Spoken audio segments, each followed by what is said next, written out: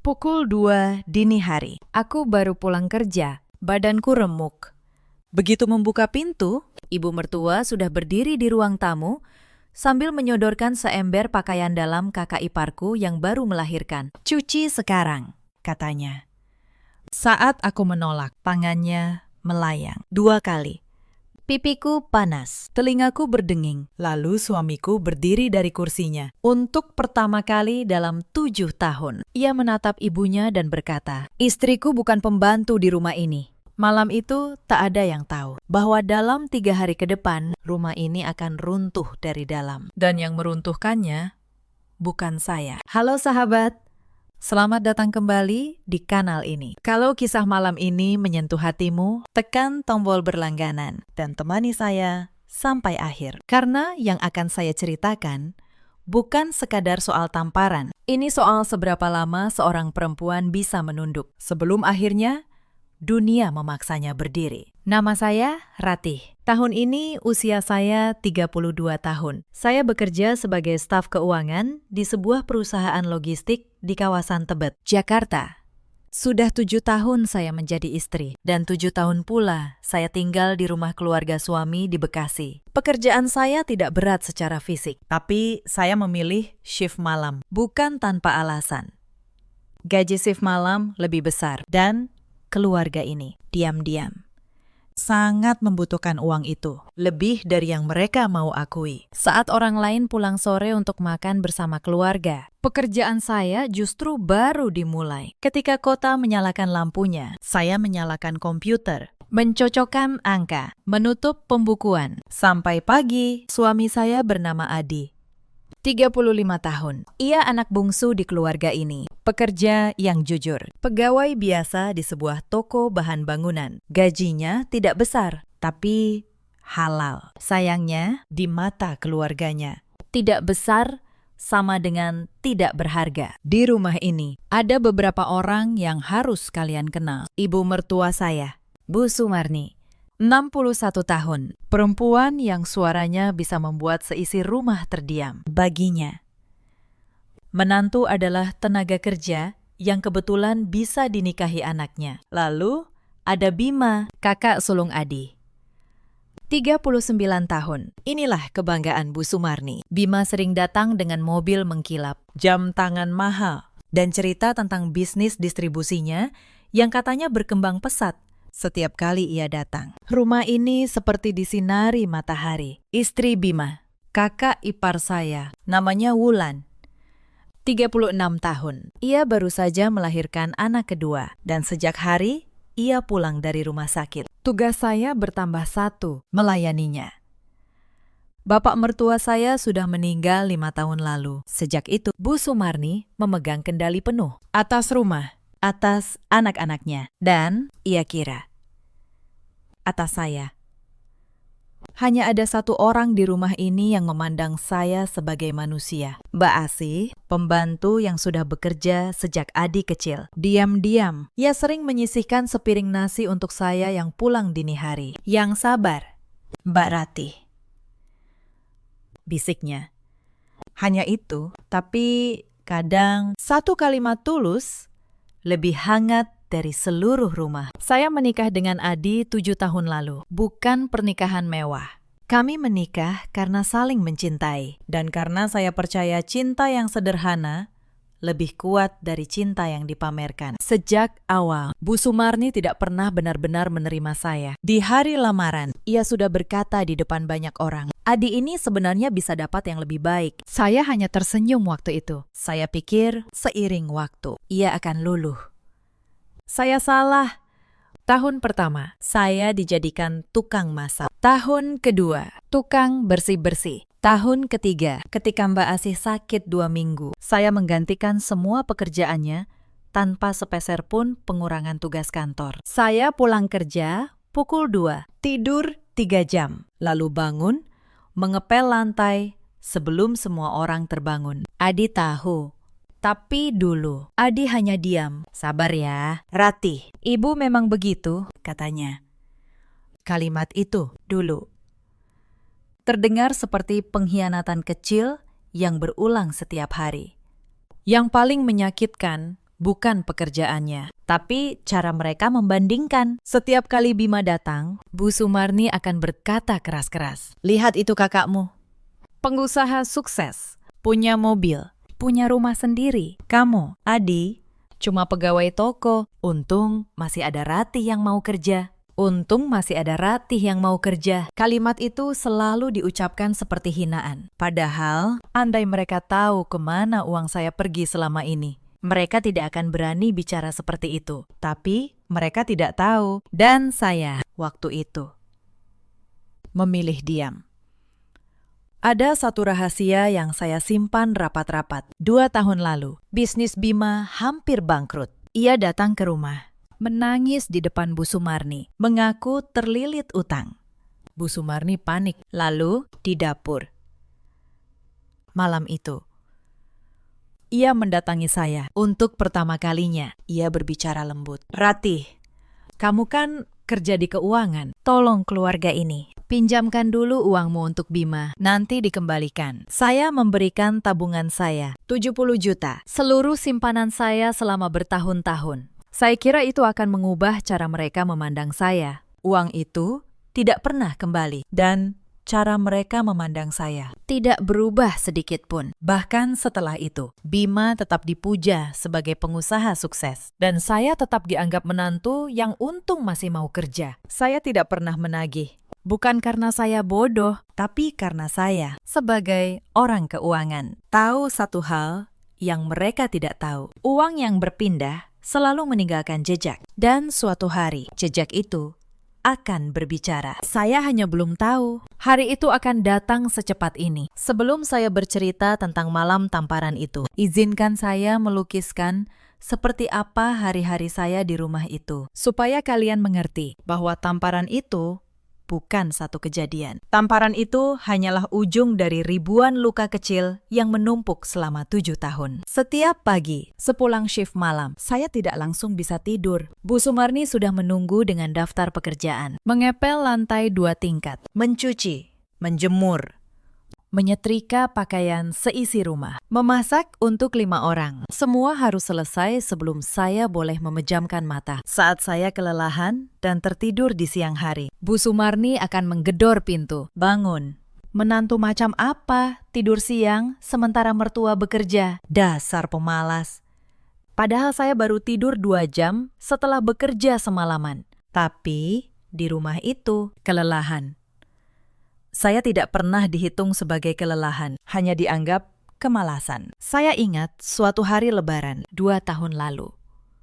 Rumah penuh kerabat. Bima datang dengan mobil barunya, dan seluruh perhatian tertuju padanya. Saya, sejak subuh, memasak opor, rendang, dan ketupat untuk 20 orang. Tangan saya melepuh karena minyak panas. Tapi ketika makanan tersaji, Bu Sumarni berkata pada para tamu, "Ini semua masakan Wulan." Loh, menantu saya yang pintar masak. Wulan bahkan tidak menyentuh dapur hari itu. Tapi ia tersenyum menerima pujian itu. Dan saya yang memasak semuanya, hanya berdiri di pojok dapur, mengelap keringat. Saya tidak protes. Saya pikir, biarlah.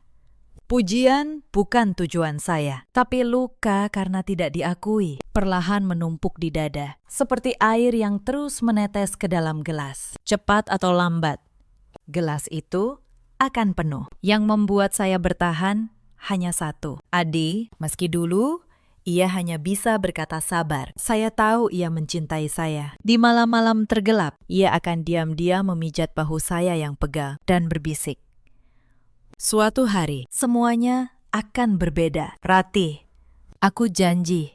Saya tidak tahu kapan hari itu datang, tapi saya memilih percaya. Ada juga hinaan soal anak.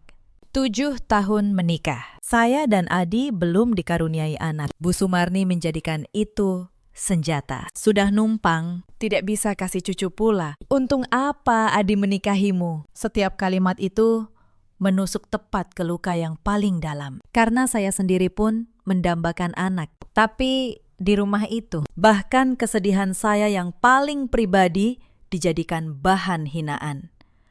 Saya pernah sekali hampir menyerah. Saya mengepak baju, berniat pulang ke rumah orang tua saya di kampung. Tapi Malam itu, Adi berlutut di depan saya. "Jangan pergi, Ratih.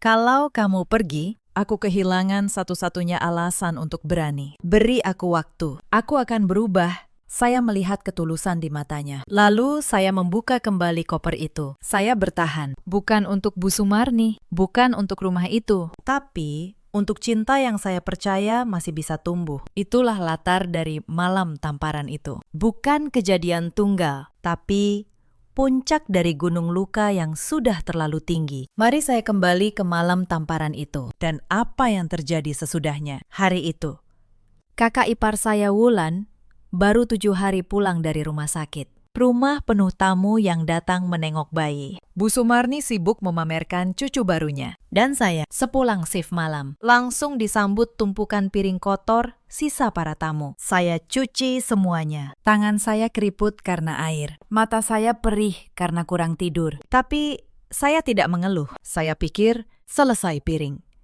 Saya bisa tidur sebentar. Saya salah lagi. Bu Sumarni datang ke dapur membawa seember pakaian. Pakaian dalam, Wulan. "Cuci ini," katanya. Wulan masih nifas. Tidak boleh kena air dingin. Saya menatap ember itu, lalu menatap Bu Sumarni. "Bu, maaf. Wulan punya suami. Pakaian sepribadi itu. Biar Mas Bima yang mencucikan untuk istrinya. Atau Mbak Asih, saya baru pulang kerja." Hening sebentar. Lalu, tangan Bu Sumarni terangkat. Tamparan pertama mengenai pipi kiri saya. Tamparan kedua menyusul.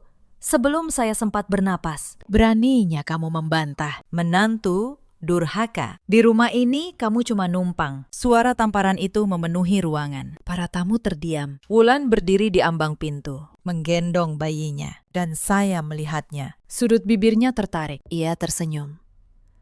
Saat itulah Adi masuk. Ia baru pulang. Ia melihat pipi saya yang merah, ember pakaian di lantai, dan tangan ibunya yang masih terangkat. Wajahnya berubah.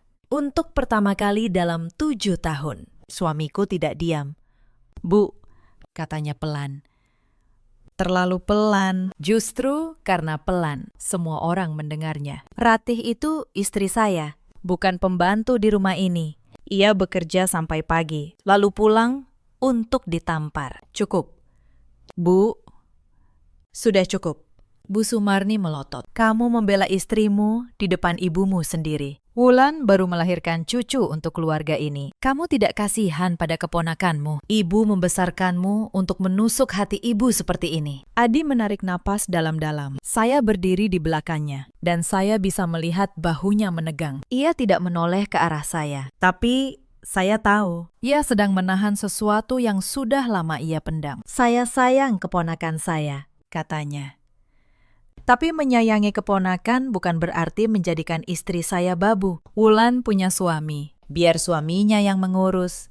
Suaminya sibuk cari nafkah, bentak Bu Sumarni. Adi diam sejenak, lalu berkata, "Benarkah, Bu, Mas Bima benar-benar sibuk cari nafkah?" Pertanyaan itu menggantung di udara. Saat itu, tak seorang pun mengerti maksudnya, termasuk saya. Tapi malam itu, ada sesuatu dalam nada suara Adi yang membuat saya merinding. Seolah ia tahu sesuatu. Sesuatu yang akan segera meledak. Malam itu berakhir dengan Bu Sumarni mengurung diri di kamar. Wulan kembali ke kamarnya tanpa sepatah kata terima kasih. Dan saya, untuk pertama kalinya, tidur di peluk suami saya yang berbisik, "Maaf, Ratih. Maaf, karena baru sekarang aku berdiri." Tapi karma tidak bekerja semalam. Ia bekerja perlahan. Dan keesokan paginya, ia mulai mengetuk pintu. Pagi itu, telepon rumah berdering. Bu Sumarni mengangkatnya. Saya sedang menyiapkan sarapan ketika saya mendengar gelas di tangannya jatuh ke lantai. "Apa?" "Bima." "Tidak mungkin." Suaranya bergetar. Yang menelpon adalah istri Bima, Wulan, dari kamar. Tapi bukan itu yang membuat gelas jatuh. Di seberang sana, ada kabar bahwa kantor distribusi Bima digerebek aparat pagi itu. Bukan karena bisnis biasa, karena dugaan penggelapan dana investasi. Ternyata, selama 2 tahun terakhir, Bima mengumpulkan uang dari banyak orang, tetangga, teman.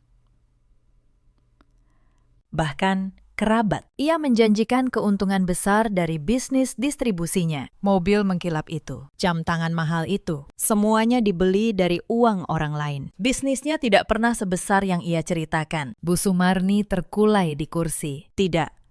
Pasti dia dijebak. Anakku tidak mungkin begitu. Tapi kabar menyebar lebih cepat dari yang kami duga. Siang itu, para tetangga sudah berkumpul di depan gang. Ada yang pura-pura lewat hanya untuk melirik ke dalam rumah. Ada yang berbisik, sengaja cukup keras agar terdengar. Pengusaha sukses katanya. Ternyata uangnya uang orang selama bertahun-tahun. Rumah ini bangga karena Bima. Kimi. Rumah ini menunduk karena Bima. Saya menoleh ke arah Adi. Ia berdiri di dekat pintu. Wajahnya tegang. Tapi tidak terkejut. Saya mulai mengerti pertanyaannya semalam. Adi sudah tahu. Atau setidaknya ia sudah curiga. Sore itu, saat rumah sepi, Adi mengajak saya bicara di teras belakang. Ratih, katanya. Aku perlu jujur padamu. 6 bulan lalu, Mas Bima datang ke tokoku. Diam-diam. Ia memintaku ikut menanam modal di bisnisnya. Katanya, untung besar. Aku hampir tergoda. Tapi aku minta laporan keuangannya dulu. Saya menahan napas. Lalu, aku tunjukkan laporan itu padamu. Ingat. Aku bilang, itu laporan toko. Padahal, itu laporan Mas Bima. Adi menunduk. Kamu yang bilang angkanya tidak masuk akal. Kamu bilang ini bukan bisnis. Ini gali lubang, tutup lubang. Karena ucapanmu, aku tidak jadi ikut. Kalau aku ikut, mungkin kita juga ikut hancur sekarang. Saya terdiam. Ternyata, tanpa saya sadari, mata seorang staf keuangan telah menyelamatkan keluarga kecil kami. Sementara mereka yang menghina pekerjaan saya justru jatuh karena tidak mau melihat angka. Tapi cerita belum selesai, karena malam itu, ketika saya membuka kembali catatan keuangan pribadi saya menemukan sesuatu yang membuat tangan saya gemetar. Uang 70 juta yang saya pinjamkan 2 tahun lalu untuk menyelamatkan Bima dari kebangkrutan. Saya mentransfernya ke sebuah rekening, dan rekening itu, saya ingat betul, adalah rekening atas nama Bima, yang sama dengan rekening penampung dana investasi ilegalnya. Artinya, uang saya bukan dipakai untuk menyelamatkan bisnis. Uang saya menjadi bagian dari skema penipuannya. Dan saya, sebagai orang yang mentransfer, punya bukti hitam di atas putih. Bukti transfer, tanggal, nominal. Semua tercatat rapi di mutasi rekening saya. Selama ini saya menyimpannya karena kebiasaan kerja. Catat semua, simpan semua. Saya tidak pernah menyangka kebiasaan kecil itu akan menjadi sesuatu yang begitu penting. Keesokan harinya, 2 orang penyidik datang ke rumah. Mereka mengumpulkan keterangan dari semua pihak yang pernah memberi uang pada Bima. Bu Sumarni membela mati-matian. Anak saya tidak bersalah, dia hanya berbisnis. Salah satu penyidik bertanya dengan tenang, Bu, apakah ada anggota keluarga yang pernah mentransfer uang ke rekening saudara Bima? Hening, semua mata perlahan berpaling ke arah saya. Bu Sumarni tertawa sinis. Dia, mana mungkin Rati punya uang? Dia cuma staf kecil, numpang di rumah ini saja. Saya berdiri, tenang. Untuk pertama kalinya dalam 7 tahun, suara saya tidak bergetar. Saya punya, Bu. Saya transfer 70 juta ke rekening Mas Bima 2 tahun lalu, atas permintaan ibu sendiri, di dapur. Malam itu, ibu bilang, tolong selamatkan keluarga ini. Wajah Bu Sumarni memucat. Saya membuka aplikasi di ponsel saya, dan saya menyimpan buktinya. Bukti transfer, tanggal, nominal, nomor rekening tujuan, semua ada. Para penyidik mencatat keterangan saya. Mereka memfoto bukti transfer di ponsel saya. Salah satu dari mereka mengangguk pelan, seolah satu kepingan teka-teki baru saja jatuh ke tempatnya. Setelah mereka pergi, rumah ini berubah menjadi medan perang. Kamu sengaja, kan? Bu Sumarni menunjuk wajah saya. Kamu sengaja menjebak Bima. Kamu menyimpan bukti itu untuk menghancurkan keluarga ini. Saya menatapnya. Bu, saya tidak menjebak siapapun. Saya hanya menjawab pertanyaan penyidik dengan jujur. Yang menjebak orang-orang itu, yang mengambil uang mereka, bukan saya. Ibu tahu siapa? Dai Amide, jeritnya. Kamu menantu durhaka. Sejak awal aku tahu kamu pembawa sial. Wulan keluar dari kamar, menggendong bayinya, matanya merah. Gara-gara kamu suamiku ditangkap. Kalau kamu tidak menyimpan bukti itu, mungkin Mas Bima masih bisa lolos. Saya menarik napas. Mbak Wulan, kalaupun saya tidak menyimpan bukti, ada puluhan orang lain yang ditipu Mas Bima. Mereka juga punya bukti. Mereka juga melapor. Yang menjatuhkan Mas Bima bukan saya, tapi perbuatannya sendiri. Adi berdiri di samping saya. Kali ini ia tidak menunduk. Cukup, katanya pada ibunya dan kakak iparnya. Selama bertahun-tahun kalian menghina pekerjaan Ratih. Kalian bilang ia cuma staf kecil yang numpang. Tapi tahukah kalian, uang siapa yang membayar listrik rumah ini setiap bulan? Uang siapa yang membeli beras saat Mas Bima sibuk membeli mobil? Hening. Ratih, lanjut Adi. Selama 7 tahun. Diam-diam, tanpa pernah menyebutnya sekalipun. Saya menunduk. Saya memang tidak pernah ingin mereka tahu. Bukan karena saya ingin pujian, tapi karena saya pikir keluarga seharusnya tidak perlu dihitung. Ternyata saya keliru di rumah ini. Yang tidak dihitung adalah yang paling mudah diinjak. Bu Sumarni terduduk. Untuk pertama kalinya, ia tidak punya kata-kata. Hari-hari berikutnya adalah hari-hari yang berat.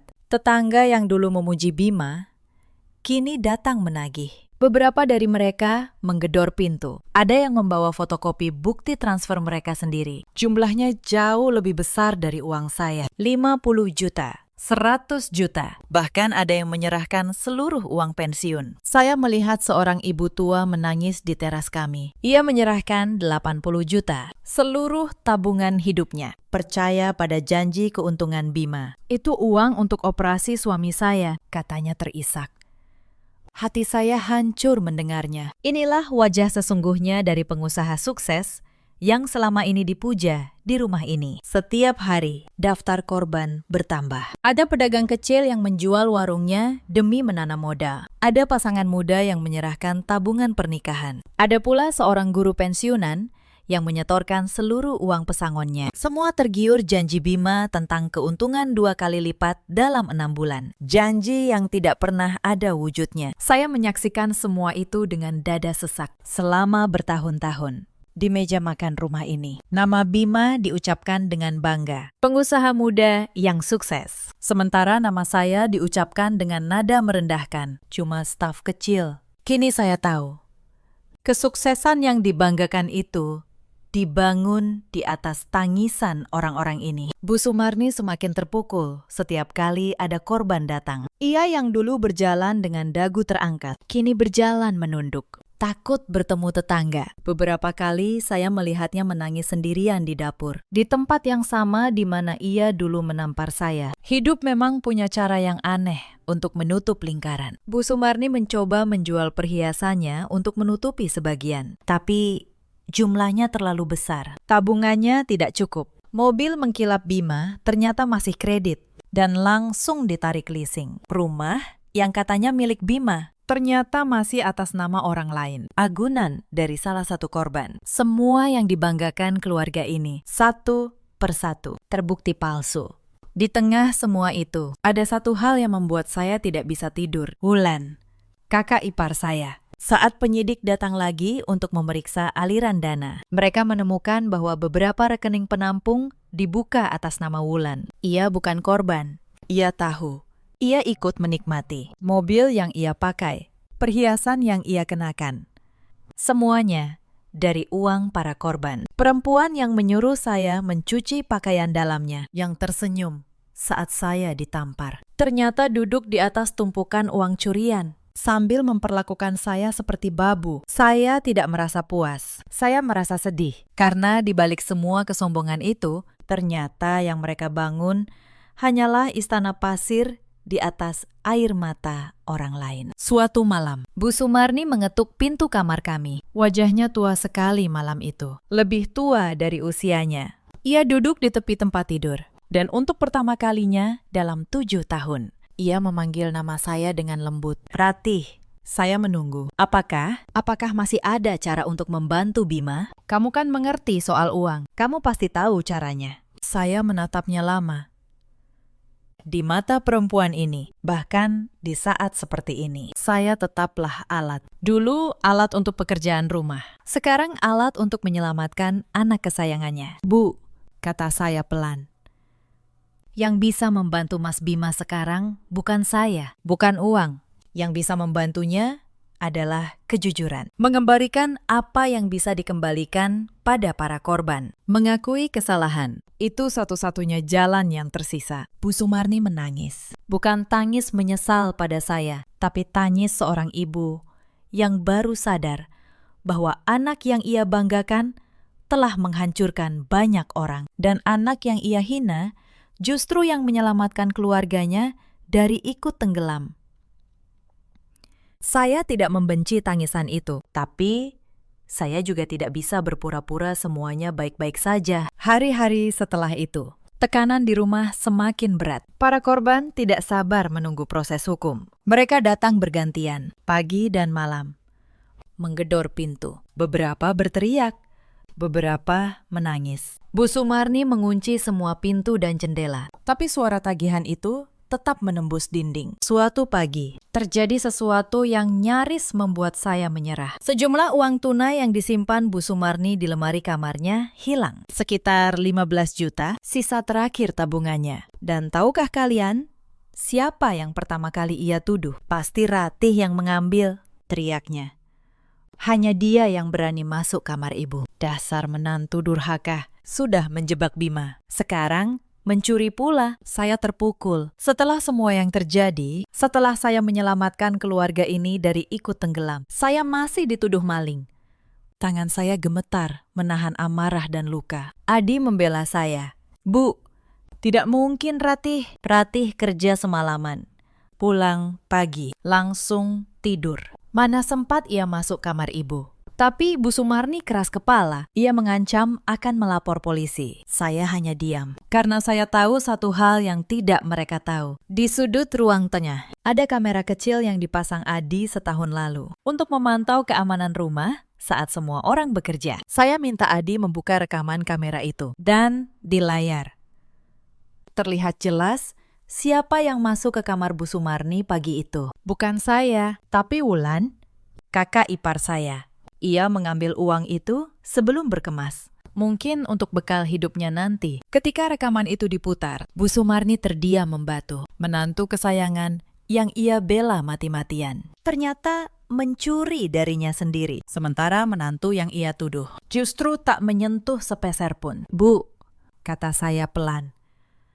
Saya tidak akan menuntut Mbak Wulan soal uang ini. Itu urusan ibu. Saya hanya ingin ibu berhenti menuduh saya. Saya lelah menjadi tersangka di rumah yang listriknya saya bayar. Bu Sumarni tidak bisa berkata apa-apa. Rekaman itu menutup mulutnya lebih rapat dari 1000 kata. Sejak hari itu, sesuatu mulai bergeser. Bukan karena ia tiba-tiba menyayangi saya, tapi karena bukti satu persatu. Memaksanya melihat kebenaran yang selama ini ia tolak. Di sela semua kekacauan itu, saya melakukan satu hal yang membuat saya tetap waras. Setiap malam di kantor, setelah pekerjaan selesai, saya merapikan catatan keuangan pribadi saya. Bukti transfer, kwitansi, riwayat pembayaran listrik, dan kebutuhan rumah selama 7 tahun. Saya susun rapi dalam satu map, bukan untuk menyerang siapapun, tapi karena saya tahu suatu saat kebenaran perlu bicara dengan bukti, bukan dengan air mata. Bu Hartati, atasan saya, pernah berkata, Ratih dalam hidup. Orang jujur sering kalah di awal, tapi orang jujur yang mencatat menang di akhir. Saat itu, saya hanya mengangguk. Kini saya mengerti betapa benarnya kalimat itu. Minggu berikutnya, kasus Bima mulai disidangkan. Berita tentang penangkapannya menyebar ke seluruh kompleks. Nama keluarga yang dulu disebut dengan hormat, kini disebut sambil berbisik. Beberapa kerabat yang dulu rajin datang saat lebaran, kini menghilang. Telepon Bu Sumarni tak lagi berdering dengan undangan arisan. Sunyi. Saya tetap berangkat kerja setiap malam. Hidup harus berjalan. Tapi sesuatu telah berubah di rumah itu. Tidak ada lagi yang menyodorkan ember pakaian. Tidak ada lagi yang menyuruh saya mengepel sebelum subuh. Bukan karena mereka menghargai saya, tapi karena mereka tidak lagi punya keberanian untuk itu. Di kantor, saya menceritakan sebagian kisah ini pada atasan saya, Bu Hartati, perempuan parubaya yang sudah lama menjadi panutan saya. Ia mendengarkan, lalu berkata, "Rati, kamu tahu kenapa kamu selamat dan mereka jatuh? Karena kamu mencatat. Kamu jujur pada angka. Orang yang berbohong pada angka, cepat atau lambat, akan ditagih oleh angka itu sendiri." Kalimat itu menempel di kepala saya berhari-hari. Orang yang berbohong pada angka akan ditagih oleh angka. Bima berbohong pada ratusan orang dengan angka-angka palsu. Dan kini, angka-angka itu menyeretnya ke kursi terdakwa. Suatu sore, saya pulang lebih awal karena izin. Saya menemukan Wulan sedang mengepak barang. Ia akan pindah ke rumah orang tuanya, katanya. Sampai keadaan tenang. Bayinya tertidur di gendongan. Untuk pertama kalinya, ia menatap saya tanpa kesombongan. "Ratih," katanya pelan. "Maaf, hanya satu kata. Tapi saya tahu betapa beratnya kata itu keluar dari mulutnya. Saya tidak tahu apakah itu tulus atau hanya karena keadaan. Tapi saya mengangguk. Jaga anakmu baik-baik, Mbak. Apapun yang terjadi, ia tidak bersalah." Wulan menunduk. Air matanya jatuh. Lalu, ia pergi, membawa bayinya, meninggalkan rumah yang dulu ia kuasai dengan senyum angkuh. Saya tidak merasa menang.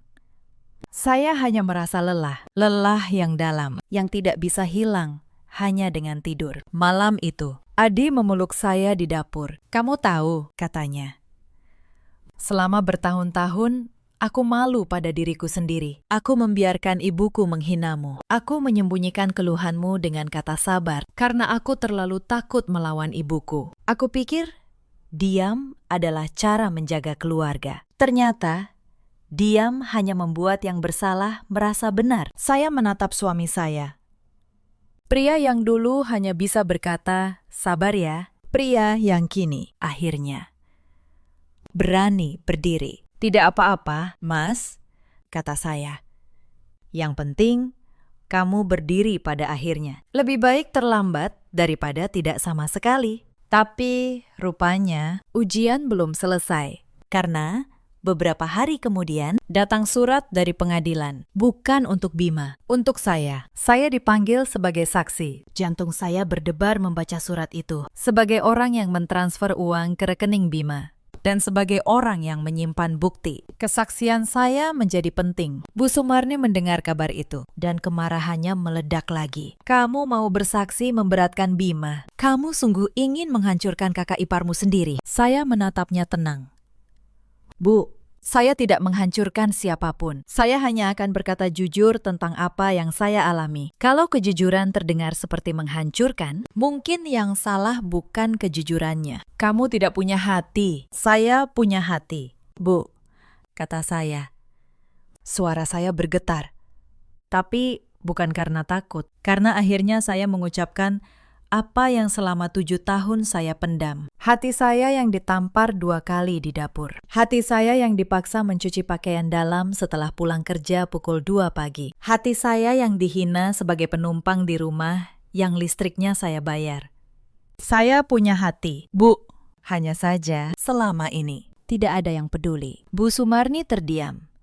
Mungkin untuk pertama kalinya, kata-kata saya benar-benar masuk ke dalam dirinya. Hari persidangan tiba. Saya datang dengan pakaian sederhana, membawa map berisi cetakan mutasi rekening saya. Di ruang sidang, saya melihat Bima, pria yang dulu datang dengan mobil mengkilap dan jam tangan mahal. Kini ia mengenakan rompi tahanan. Wajahnya kuyu. Kesombongan yang dulu memenuhi ruangan setiap kali ia datang, kini lenyap sama sekali. Saya dipanggil ke depan. Hakim bertanya dengan tenang tentang transaksi yang saya lakukan. Saya menjawab apa adanya, tanggal, nominal, dan permintaan yang melatar belakanginya. "Saudari Ratih," kata hakim, "Anda menyerahkan bukti transfer ini secara sukarela. Apakah Anda menyadari konsekuensinya?" "Saya sadar." "Yang mulia," jawab saya, Saya hanya ingin kebenaran terungkap. Banyak korban dalam kasus ini. Sebagian dari mereka kehilangan seluruh tabungan hidupnya. Saya rasa mereka berhak atas kebenaran. Di kursi pengunjung, saya melihat ibu tua yang dulu menangis di teras kami. Ia menatap saya dengan mata berkaca-kaca. Bukan menyalahkan, tapi seolah mengucapkan terima kasih. Karena ada satu orang yang berani bicara. Pengacara Bima mencoba menyerang kesaksian saya. Saudari Ratih, bukankah Anda menyimpan dendam pribadi pada keluarga terdakwa? Bukankah Anda pernah ditampar oleh ibu mertua Anda? Bukankah ini cara Anda membalas dendam? Ruangan hening. Saya merasakan semua mata tertuju pada saya. Untuk sesaat, saya ragu. Lalu, saya menarik napas dan menjawab. Benar. Saya pernah ditampar. Benar, saya diperlakukan tidak adil selama 7 tahun. Tapi, saya tidak datang ke sini untuk membalas dendam. Kalau saya ingin balas dendam, saya bisa diam saja dan membiarkan keluarga ini hancur sendirian. Saya datang ke sini karena ada seorang ibu tua yang kehilangan uang operasi suaminya. Karena ada orang-orang yang tertipu janji palsu. Dendam saya pribadi. Tapi kebenaran ini milik mereka semua. Pengacara itu terdiam. Hakim mengangguk pelan. Saya melihat Bima menunduk di kursi terdakwa. Dan untuk pertama kalinya, saya melihat bahunya bergetar. Mungkin malu, mungkin menyesal. Saya tidak tahu, tapi saya tahu satu hal. Orang yang dulu menatap rendah pada saya, kini tidak berani menatap mata saya sama sekali. Sidang itu menjadi titik balik. Berdasarkan bukti dari saya dan puluhan korban lain, Bima dinyatakan bersalah atas penipuan dan penggelapan dana. Ia divonis penjara dan diwajibkan mengembalikan sebagian dana pada para korban. Tidak semua bisa kembali, tapi setidaknya keadilan menemukan jalannya. Setelah sidang, sesuatu yang tidak saya duga terjadi. Beberapa korban mendatangi saya, bukan untuk menyalahkan, tapi untuk berterima kasih. Ibu tua yang kehilangan uang. Operasi suaminya menggenggam tangan saya. Nak, terima kasih.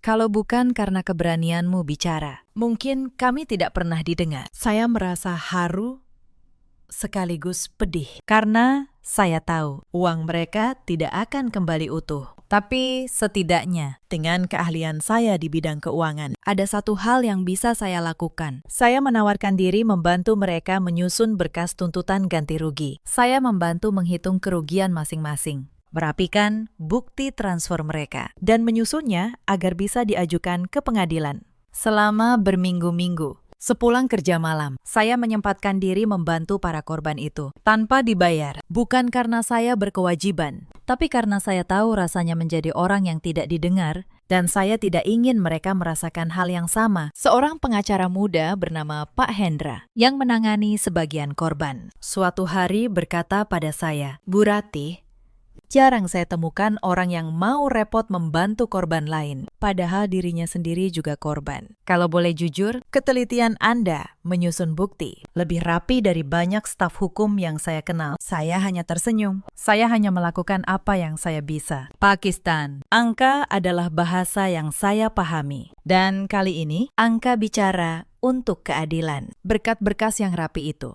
beberapa korban akhirnya mendapatkan sebagian ganti rugi dari aset Bima yang masih bisa disita. Tidak banyak, tapi cukup untuk mengembalikan sedikit harapan. Ibu tua itu bisa membiayai sebagian operasi suaminya. Dan saat ia mengabari saya lewat telepon, suaranya bergetar penuh syukur. Di saat itulah saya menyadari sesuatu. Selama 7 tahun, keahlian saya dianggap remeh. Cuma staf kecil, kata mereka.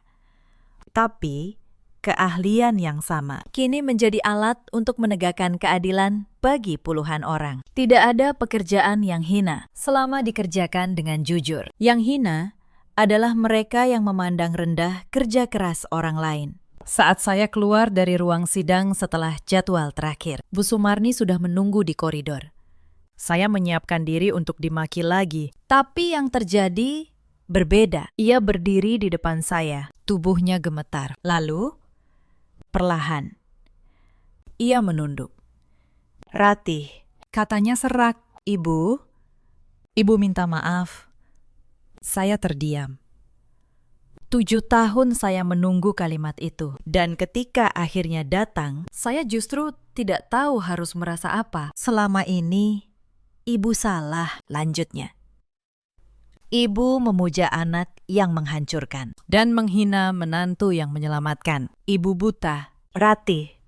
Ibu buta karena gengsi, karena ingin dipandang punya anak sukses. Padahal kesuksesan itu palsu dan kamu yang ibu anggap tak berharga. Justru yang paling jujur di rumah ini. Air matanya jatuh. Saya melihat seorang perempuan tua yang seluruh kebanggaannya runtuh dalam hitungan minggu. Saya tidak merasa menang.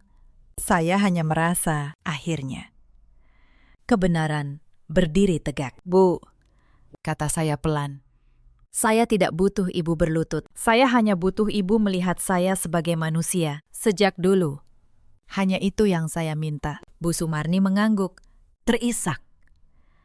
Adi memeluk ibunya, dan saya berdiri di koridor pengadilan itu, merasakan beban 7 tahun perlahan terangkat dari pundak saya. Bukan kemenangan yang manis, tapi kelegaan yang dalam. Lebaran tahun itu datang beberapa bulan setelah persidangan. Untuk pertama kalinya, rumah Bu Sumarni sepi dari kerabat yang dulu berbondong-bondong datang. Nama keluarga ini sudah ternoda. Hanya sedikit yang masih mau bersilaturahmi. Tapi justru di lebaran yang sunyi itu, terjadi sesuatu yang menutup seluruh kisah ini. Beberapa kerabat dekat yang masih datang mulai berbisik-bisik. Mereka membicarakan Bima, membicarakan aib keluarga, dan beberapa di antaranya dengan nada sinis mengarah pada saya. Katanya menantu yang itu yang melaporkan Bima ke polisi. Tega betul. Ya, sudah ditolong, menusuk dari belakang. Saya mendengarnya, dada saya panas. 7 tahun saya menelan fitnah. Dan bahkan, setelah semua kebenaran terungkap, fitnah masih mencari saya. Saya hampir memilih diam, seperti biasa. Tapi kali ini, Bu Sumarni yang berdiri. Perempuan tua itu yang dulu menampar saya. Kini berdiri di tengah ruang tamu, di depan semua kerabat. Suaranya bergetar, tapi tegas. Dengar semuanya.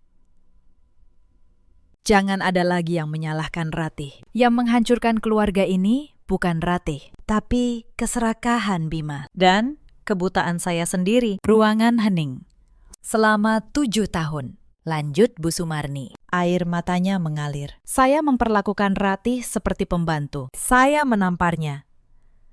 Saya menghinanya. Padahal dialah yang membayar listrik rumah ini. Dialah yang meminjamkan tabungannya saat Bima terlilit utang. Dialah yang dengan kejujurannya menyelamatkan Adi dari ikut hancur. Saya berhutang maaf pada menantu saya di depan kalian semua. Saya berdiri terpaku. 7 tahun saya bermimpi diakui. Dan pengakuan itu datang bukan dengan cara yang pernah saya bayangkan, tapi dari mulut orang yang paling lama menyakiti saya. Salah satu kerabat yang tadi menyindir, kini menunduk malu. Tidak ada lagi yang berani berbisik. Untuk pertama kalinya di rumah itu, saya berdiri bukan sebagai babu, bukan sebagai penumpang, tapi sebagai seorang menantu yang dihormati. Setelah para tamu pulang, Bu Sumarni mendekati saya. Ia menggenggam tangan saya dengan tangannya yang keriput. Ratih, terima kasih. Bukan karena kamu menyelamatkan keluarga ini, tapi karena meski kami menyakitimu sedalam itu, kamu tidak membalas dengan kejahatan. Kamu membalas dengan kebenaran. Itu yang membuat ibu malu pada diri sendiri. Saya memeluknya.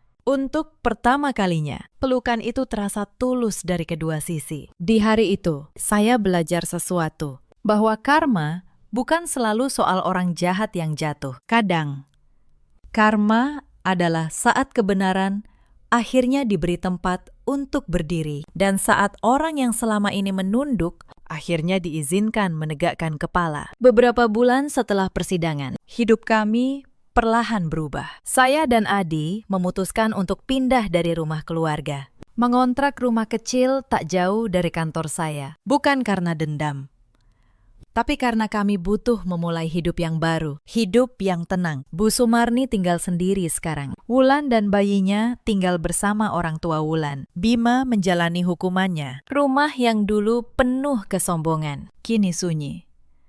Tapi yang mengejutkan saya, hubungan saya dengan Bu Sumarni justru membaik setelah kami tidak lagi serumah. Sebulan sekali, kami mengunjunginya. Ia kini memasak untuk kami, bukan menyuruh saya memasak.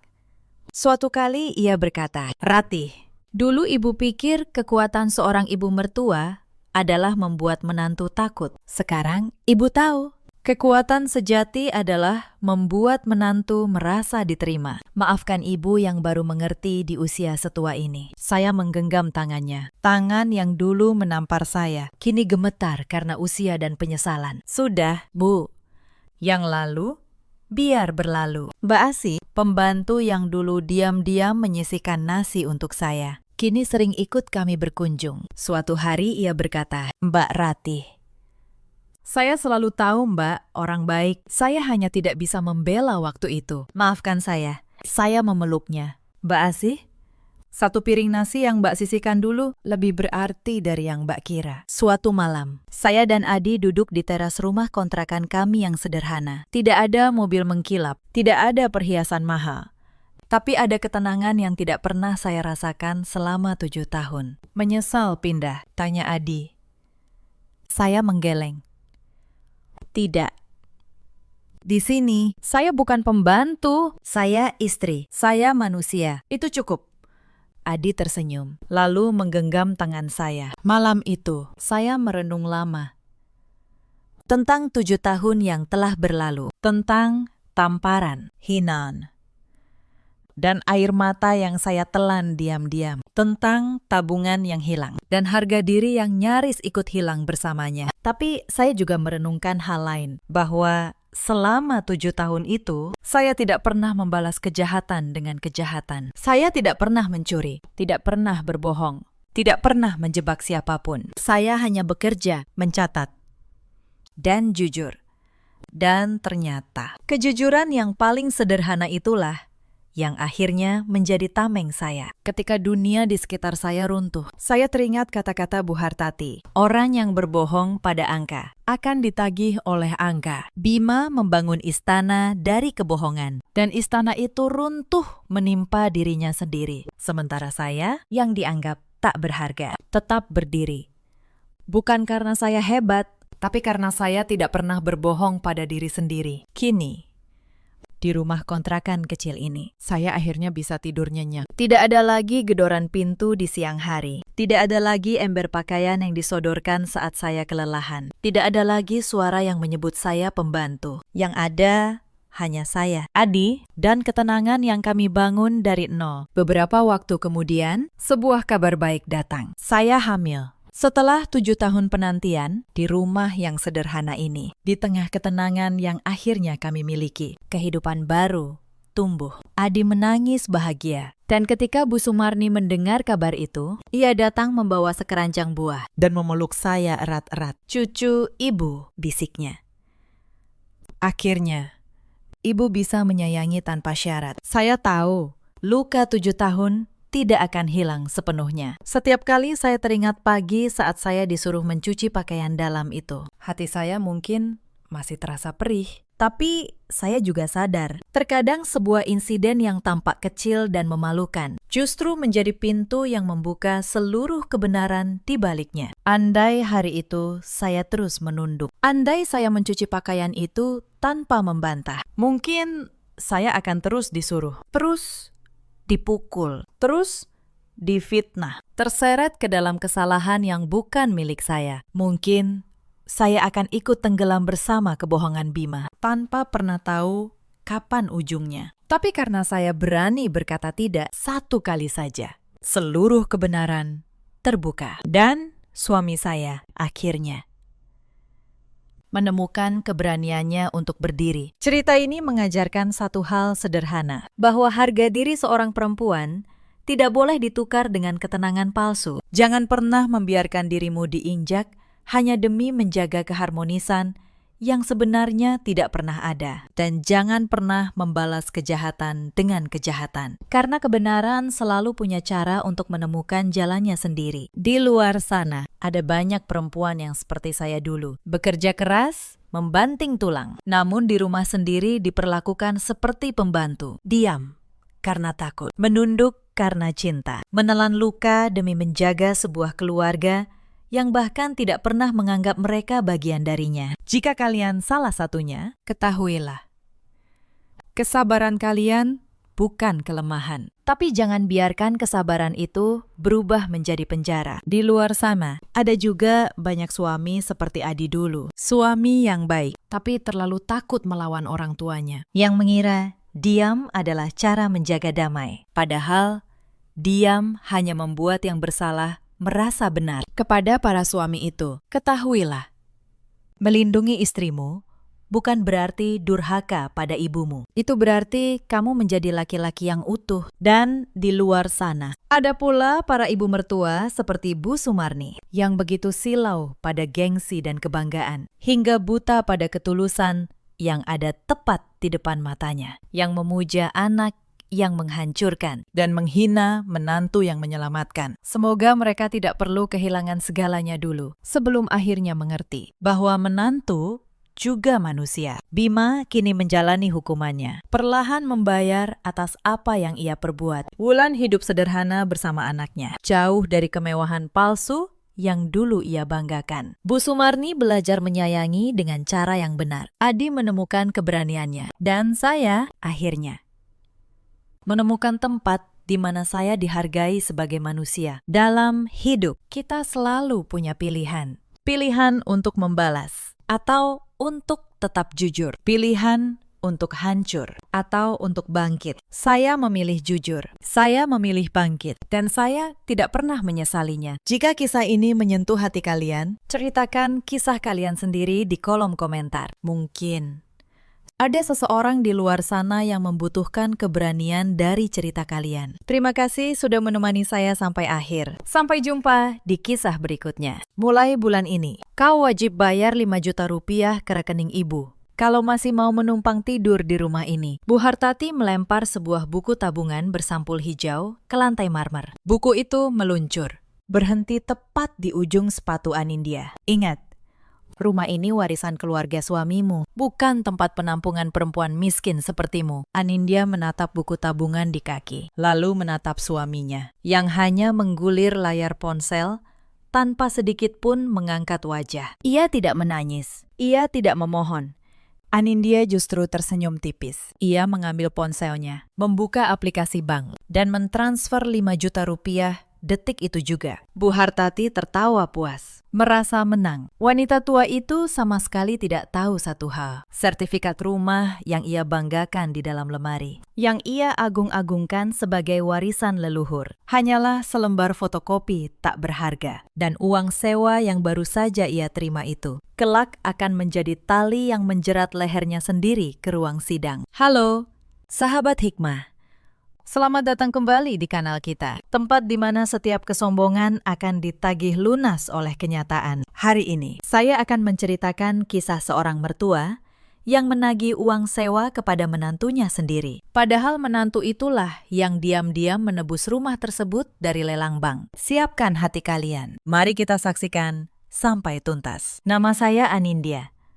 Usia saya 36 tahun. Saya seorang dokter umum dan pemilik sebuah klinik 24 jam di kawasan Bintaro. Sudah 8 tahun saya menjadi istri Raka. 8 tahun pula saya tinggal di rumah besar keluarga Hartati ini. Orang melihat saya sebagai menantu beruntung. Tinggal di rumah klasik bertingkat 2 dengan pilar tinggi dan perabot kayu jati menyilap. Mereka pikir saya menumpang hidup di kemewahan keluarga suami. Tidak ada yang tahu yang sebenarnya. Bahkan suami saya sendiri tidak tahu. 3 bulan lalu, rumah ini hampir disita bank. Mari saya ceritakan dari awal. Mertua saya, Bu Hartati, adalah seorang janda. Suaminya, ayah Raka, meninggal 2 tahun lalu. Almarhum dikenal sebagai lelaki terpandang di komplek ini. Selalu rapi, selalu murah hati di depan tetangga. Tetapi di balik wibawa itu, almarhum meninggalkan sesuatu yang busuk. Utang, Utang bank sebesar 1,8 miliar rupiah dengan jaminan sertifikat rumah ini. Saya mengetahuinya secara tidak sengaja. Suatu pagi, seorang petugas bank datang. Ia membawa surat peringatan terakhir. Lelang akan dilaksanakan dalam waktu 30 hari. Bu Hartati panik luar biasa, tetapi gengsinya lebih besar dari rasa takutnya. Ia menyembunyikan semua itu dari para tetangga. Bahkan, ia menyembunyikannya dari Raka, anak kandungnya sendiri, agar wibawa keluarga tidak runtuh. Saat itu, ia datang kepada saya dengan wajah yang belum pernah saya lihat. Wajah seorang ratu yang kehilangan singgasananya. Anindya, katanya. Dengan suara yang dipaksakan tegar, kamu punya tabungan, kan?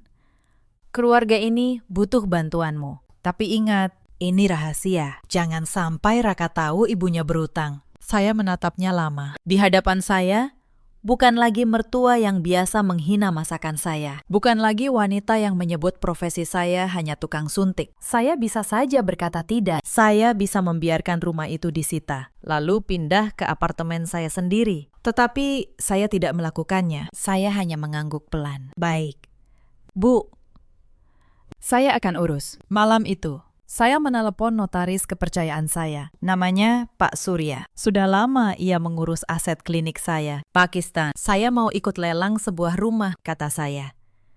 Saya mau menebusnya. Tapi saya tidak mau atas nama siapapun, kecuali nama saya sendiri. Pak Surya terdiam sejenak.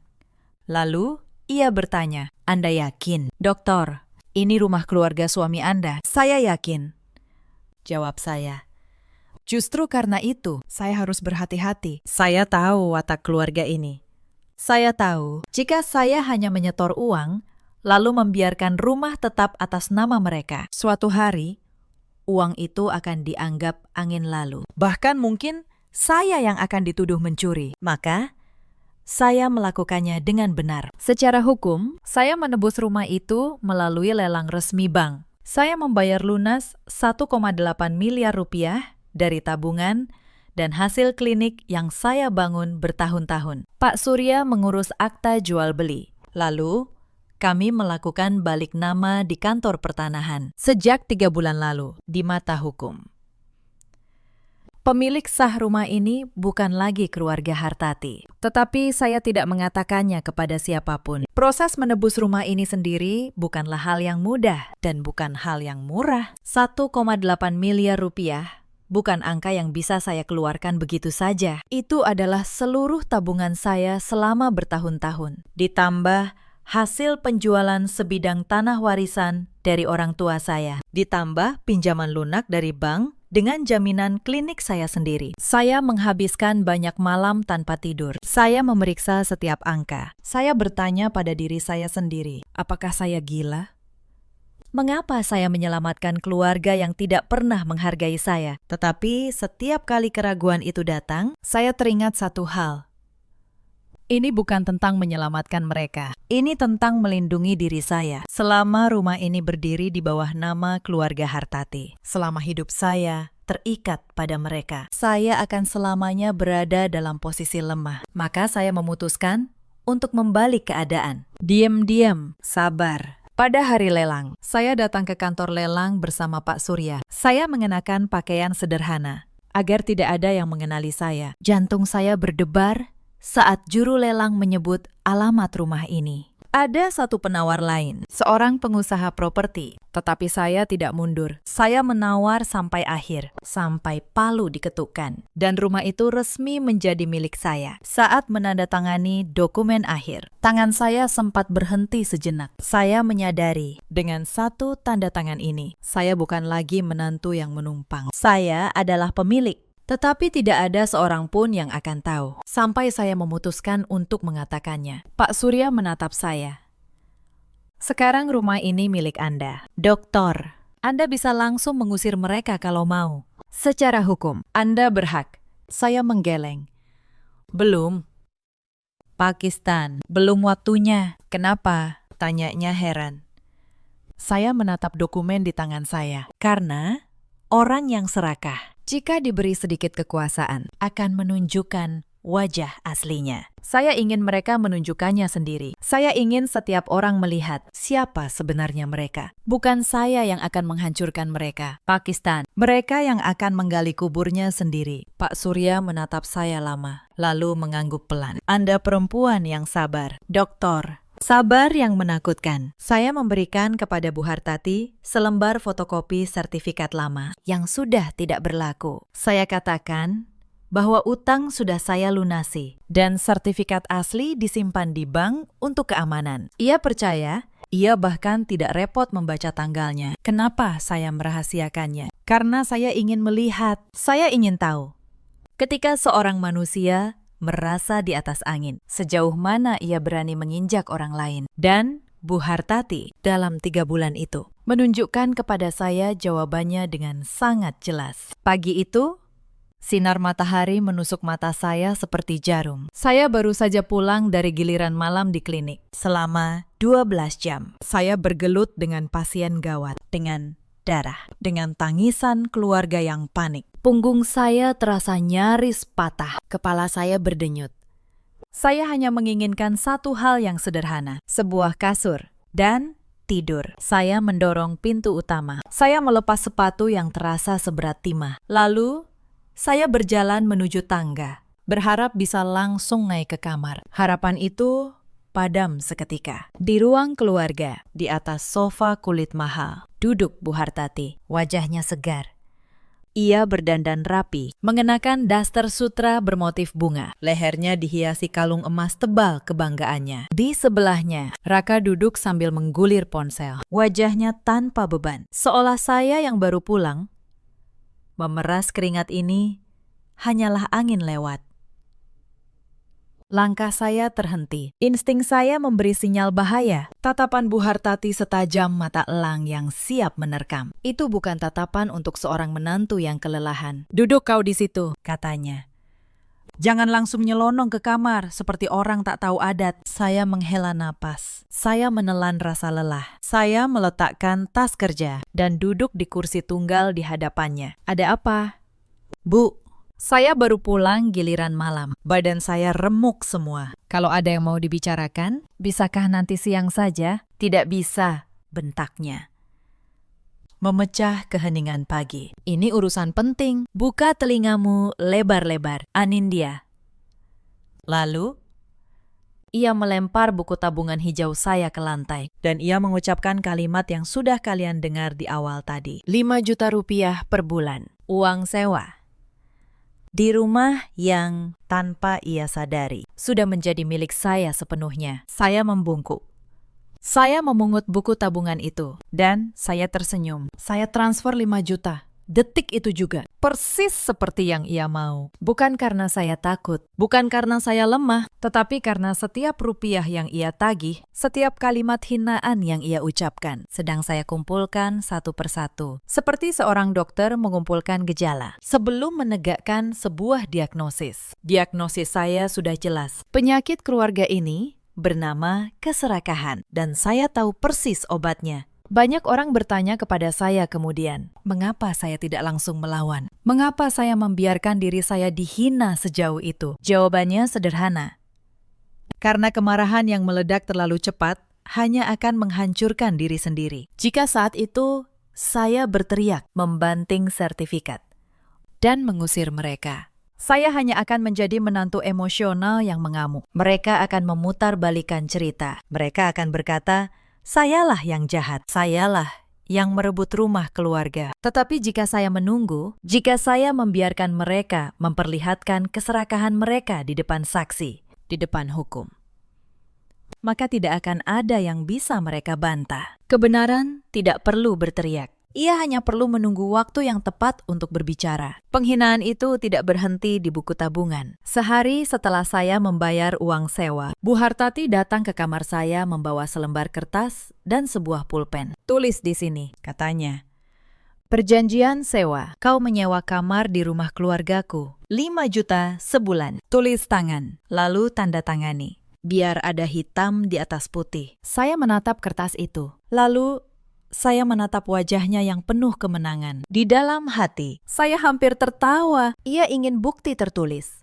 Ia ingin hitam di atas putih. Baiklah, saya akan memberinya hitam di atas putih. Saya menulis surat itu dengan tangan saya sendiri. Setiap kata saya tanda tangani. Lalu, saya serahkan dengan sopan. Bu Hartati menyimpannya di laci, seolah ia baru saja memenangkan sebuah perang. Ia tidak pernah berpikir sejenak. Sebuah surat pernyataan bahwa ia menarik uang sewa atas rumah yang bukan miliknya. Justru adalah pengakuan tertulis. Pengakuan pemerasan ditulis oleh tangan korbannya, ditandatangani, dan ia simpan sendiri dengan bangga. Pekan berikutnya, kuncinya pun datang. Saya pulang dan mendapati kunci kamar saya tidak lagi cocok. Kunci itu sudah diganti. Kamar atas terlalu bagus untuk penyewa, kata Bu Hartati santai, sambil menyipasi diri. Mulai sekarang, kau tidur di kamar belakang, dekat dapur. Itu sudah cukup untuk orang yang cuma numpang. Kamar belakang itu dulunya gudang, lembab, sempit. Hanya ada satu jendela kecil yang menghadap tembok. Mbak Yati, pembantu kami yang sudah ikut keluarga ini belasan tahun, membantu saya membersihkannya dengan mata berkaca-kaca. Sabar ya, Bu Dokter, bisik Mbak Yati. Saya lihat semua. Saya tahu siapa yang sebenarnya baik di rumah ini. Saya hanya tersenyum. Tidak apa-apa, Mbak. Kamar ini justru lebih dekat ke pintu belakang. Lebih mudah kalau saya harus berangkat subuh. Saya tidak marah. Saya menata barang saya di gudang itu dan diam-diam. Saya memasang sesuatu di sudut langit-langit, sebuah kamera kecil. Bukan untuk kamar saya, tetapi menghadap ke lorong, ke arah ruang keluarga. Saya ingin merekam. Saya ingin setiap kalimat memiliki bukti. Lalu giliran mobil saya. Saya punya sebuah mobil. Saya membelinya dari hasil kerja saya sendiri. Jauh sebelum menikah. Suatu hari, mobil itu lenyap dari garasi. Fania yang pakai, kata Raka enteng. Ketika saya bertanya, Fania adalah adik perempuannya, 29 tahun, tidak bekerja. Tetapi hidupnya penuh tas bermerek dan kafe mahal. Dia perlu mobil buat pergaulan. Kamu kan jarang pakai. Naik taksi online saja. Itu mobil saya. Mas, kata saya pelan. Raka menatap saya, seolah saya baru mengatakan sesuatu yang lucu. Di keluarga ini, milikmu ya, milik keluarga. Jangan pelit. Saya diam. Saya tidak tahu saat itu bahwa beberapa hari kemudian, Raka diam-diam membawa BPKB mobil saya ke tempat gadai. Ia menggadaikannya. Uangnya ia pakai untuk membayar tunggakan kartu kredit Fania. Saya baru tahu ketika penagih datang ke rumah. Tetapi saya tidak membuat keributan. Saya hanya menyimpan satu lagi gejala ke dalam catatan diagnosis saya. Tagihan demi tagihan mulai berdatangan ke tangan saya. Setiap akhir bulan, Bu Hartati menyodorkan amplop berisi kertas-kertas. Tagihan listrik rumah sebesar ini. Tagihan air, belanja dapur untuk seluruh penghuni, bahkan iuran keluarga yang ia karang sendiri. Kau kan yang punya penghasilan paling besar di sini, katanya. Wajar kalau kau yang menanggung. Raka itu anak laki-laki. Dia punya kebutuhan sendiri. Kebutuhan sendiri. Saya tahu apa artinya. Uang itu mengalir ke Fania, ke tas-tas barunya, ke kafe-kafe mahalnya. Saya membayar semuanya, tanpa berdebat. Setiap struk, setiap bukti transfer, saya simpan rapi dalam satu map. Map itu makin tebal setiap bulan. Sementara saya makan dengan ikan goreng dan sayur asem di pojok dapur. Mereka bertiga menikmati rendang dan ayam bakar di meja makan utama. Mbak Yati sering diam-diam menyisihkan lauk yang lebih baik untuk saya. Saya selalu menolak halus. Makan saya cukup. Mbak, yang penting kenyang. Tidak lama setelah itu, datang pula yang mereka sebut iuran keluarga. Bu Hartati mengumpulkan kami di ruang makan. Ia meletakkan sebuah buku catatan tebal di atas meja. Mulai sekarang, ada aturan baru, katanya. Setiap penghuni rumah harus membayar iuran bulanan untuk perawatan rumah, untuk taman, untuk cat, untuk perbaikan. Anindya, karena kau yang paling mampu, bagianmu 3 juta. Raka, 1 juta. Wanya, dia masih cari kerja. jadi dibebaskan. Saya hampir tertawa mendengarnya. Vanya, yang setiap hari pergi ke kafe dengan tas seharga puluhan juta, dibebaskan karena sedang mencari kerja. Sementara saya, yang sudah membayar listrik, air, belanja, dan uang sewa 5 juta, masih harus membayar 3 juta lagi. Bu, kata saya pelan. Saya rasa kontribusi saya untuk rumah ini sudah lebih dari cukup. Wajah Bu Hartati langsung mengeras. Kau membantah di rumahku. Dengar, perawatan rumah warisan ini mahal. Kalau kau tidak mau bayar, silahkan keluar. Cari indekos lain. Indekos. Lagi-lagi kata itu. Di rumah yang sertifikatnya tersimpan rapi atas nama saya. Saya membayar 3 juta itu. Saya menambahkannya ke dalam catatan. Setiap rupiah, setiap tanggal, setiap nomor rekening tujuan. Saya tidak tahu saat itu bahwa buku catatan yang Bu Hartati banggakan, yang ia gunakan untuk mencatat iuran dari saya, kelak akan menjadi salah satu bukti paling memberatkan di hadapan penyidik. Tulisan tangannya sendiri, daftar pemerasannya sendiri. Suatu sore, saya membutuhkan beberapa dokumen klinik yang tersimpan di lemari kamar utama. Kamar yang dulu milik saya sebelum diusir ke gudang. Saya naik untuk mengambilnya. Pintu kamar itu terkunci. Vania muncul dari belakang, bersandar di dinding sambil melipat tangan. Mau apa kau kesini? Ini kamar pribadi sekarang, bukan untuk penyewa, Vania. Ada dokumen penting saya di dalam. Dokumen klinik. Oh, dokumen. Ia tersenyum sinis. Sini, kuncinya ada di Mama. Tapi kalau mau, kau harus minta izin dulu. Sopan.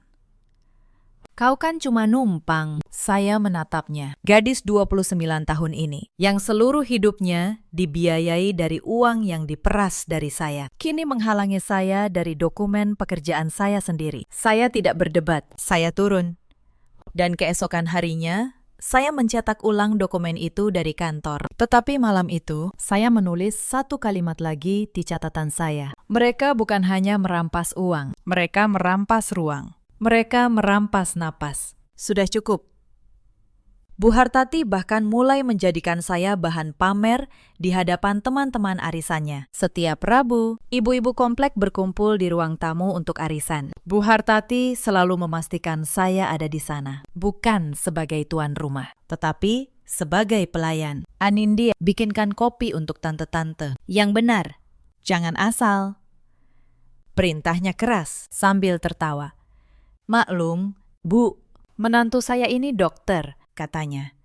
Tapi bikin kopi saja masih belajar. Para tamu tertawa. Saya membungkuk, menyajikan kopi satu persatu. Salah satu dari mereka, Bu Ningsih, menatap saya dengan iba. Tetapi tak ada yang berani membela. Di komplek ini, kata-kata Bu Hartati adalah hukum. Dengar-dengar dia dari kampung. Ya, bisik salah satu tamu. Tidak cukup pelan. Iya, sahut Bu Hartati lantang. Untung anak saya mau. Kalau tidak, mana ada yang mau sama perempuan begitu. Saya menuangkan kopi terakhir, lalu mundur ke dapur. Di sana, saya bersandar ke dinding, menutup mata sejenak. Saya teringat ayah saya, seorang guru desa yang jujur, yang membesarkan saya dengan susah payah hingga menjadi dokter. Saya teringat ibu saya, yang menjual gelangnya demi biaya kuliah saya. Mereka mengejek asal-usul saya. Padahal, asal-usul itulah yang membuat saya kuat. Yang membuat saya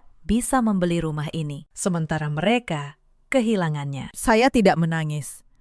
Saya kembali ke ruang tamu, mengangkat nampan kotor, dan tersenyum sopan kepada semua tamu. Dalam hati, saya mencatat. Hari ini, Rabu, 12 saksi melihat bagaimana Bu Hartati memperlakukan menantunya. Suatu hari, saksi-saksi yang sama akan melihat akhir ceritanya. Penghinaan berikutnya menyangkut kesehatan Bu Hartati sendiri. Dan itu yang paling membuat saya getir. Suatu malam, Bu Hartati mengeluh dadanya sesak. Tekanan darahnya naik tinggi. Vania dan Raka panik. Tidak tahu harus berbuat apa. Sayalah yang turun tangan. Saya, dokter yang ia hina setiap hari, memeriksanya, memberinya obat, menungguinya semalaman hingga kondisinya stabil. Saya melakukannya bukan karena saya menyayanginya. Saya melakukannya karena itulah sumpah saya sebagai dokter, menolong siapapun, bahkan musuh saya, pagi harinya setelah sehat. Apakah ia berterima kasih? Tidak. Ia justru berkata, "Sudah sepantasnya kau urus aku." Itu kewajiban penyewa pada pemilik rumah. Saat itu, saya tahu tidak ada lagi setitik pun rasa kemanusiaan yang bisa saya harapkan dari wanita ini. Saya sudah memberinya setiap kesempatan untuk menjadi baik. Setiap pintu maaf, ia menutup semuanya, satu persatu, dengan tangannya sendiri. Lalu, tibalah hari peringatan kematian ayah mertua saya. Rumah penuh tamu. Seluruh keluarga besar Hartati datang. Para tetangga terpandang berdatangan. Bu Hartati tampil bagai ratu dengan kebaya termahalnya dan kalung emas paling tebal. Dan saya diperlakukan sebagai pelayan. Anindya, angkat nampan itu. Sajikan ke tamu. Perintah Bu Hartati keras. Di depan semua orang. Jangan cuma berdiri seperti patung, numpang di rumah ini. Setidaknya berguna sedikit. Saya seorang dokter, pemilik klinik, mengangkat nampan teh dan kue. Saya membungkuk kepada para tamu. Saya melayani mereka satu persatu. Seorang kerabat berbisik, cukup keras untuk saya dengar. Itu menantunya, ya.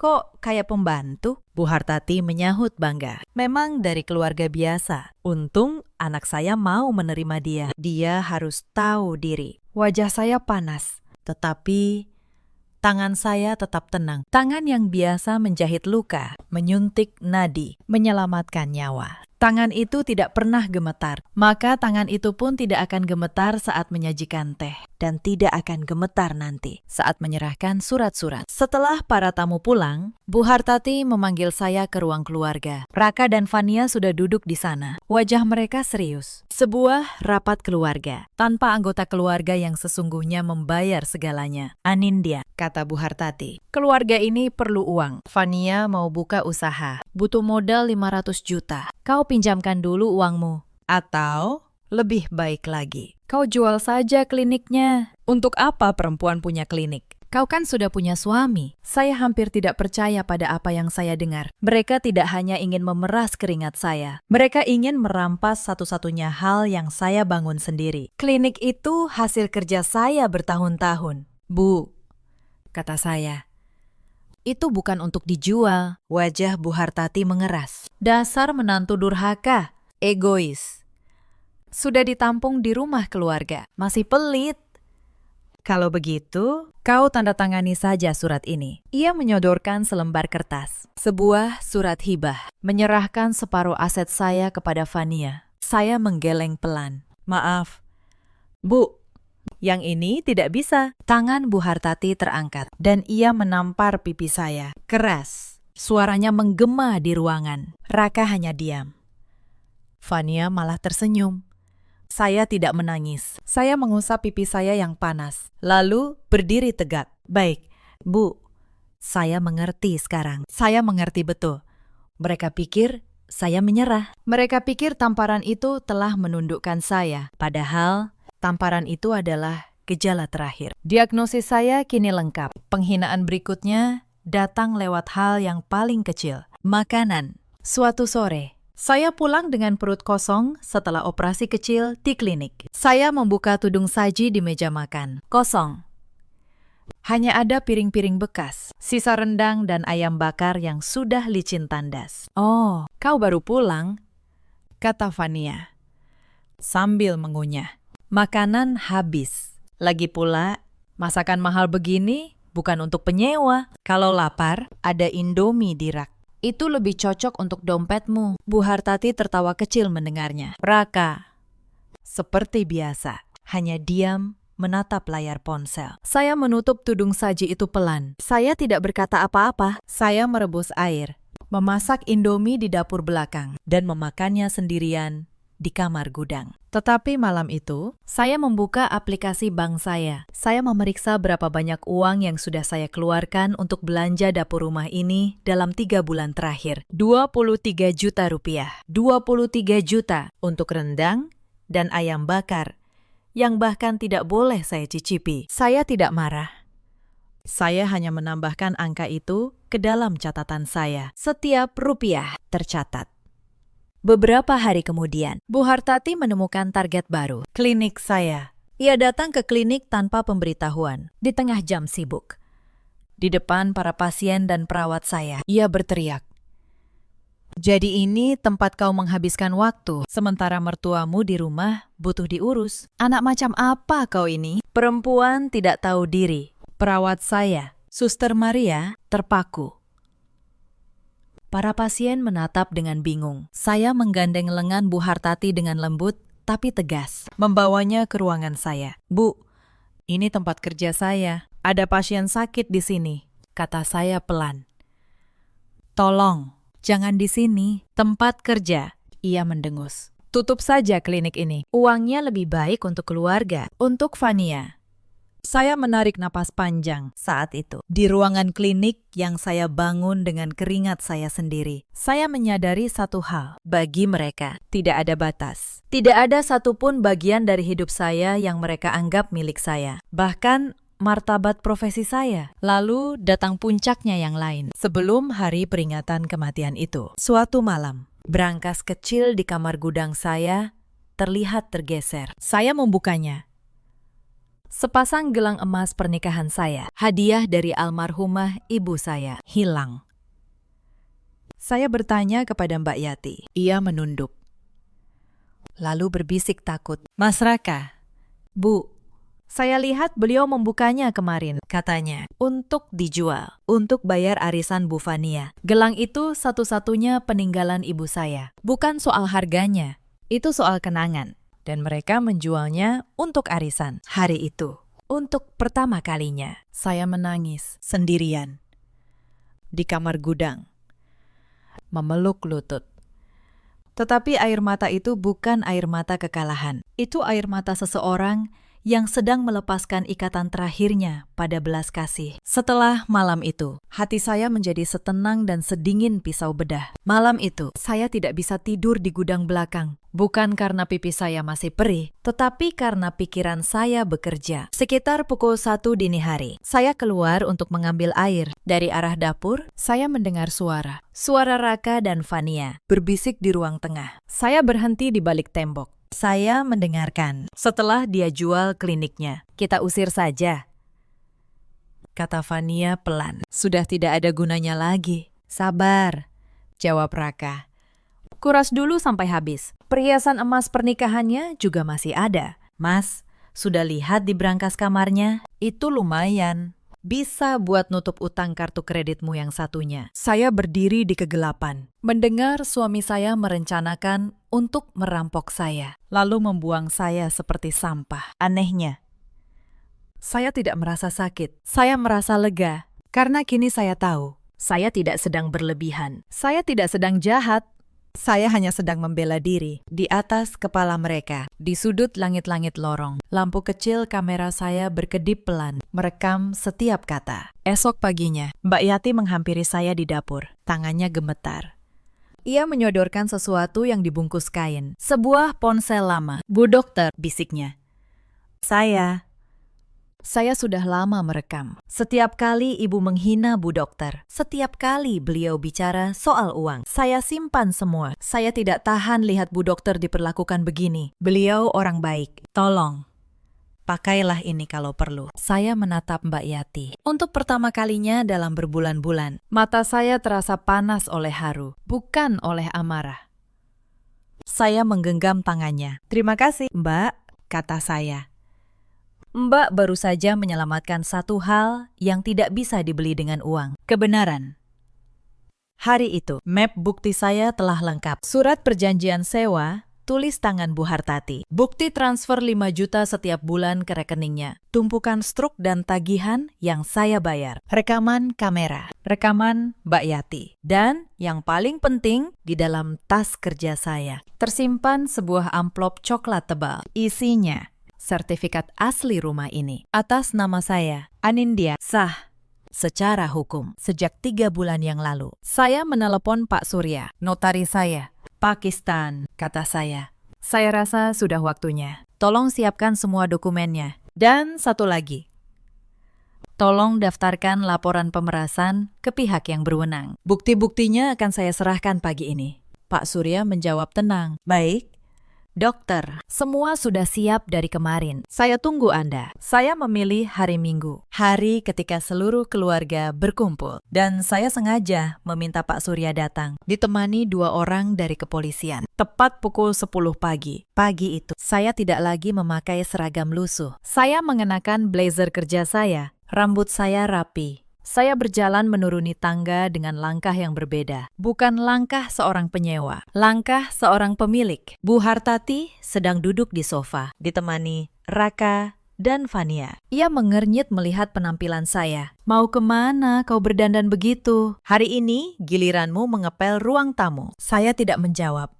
Saya berjalan ke tengah ruangan, lalu berkata dengan tenang, Bu, sebentar lagi ada tamu penting. Sebaiknya ibu duduk yang manis. Tepat saat itu, bel berbunyi. Mbak Yati membuka pintu. Masuklah Pak Surya, dengan map tebal di tangannya. Diapit 2 petugas berseragam. Wajah Bu Hartati berubah. Siapa mereka? Ada urusan apa polisi datang ke rumah keluarga terhormat ini? Saya menarik kursi. Saya duduk.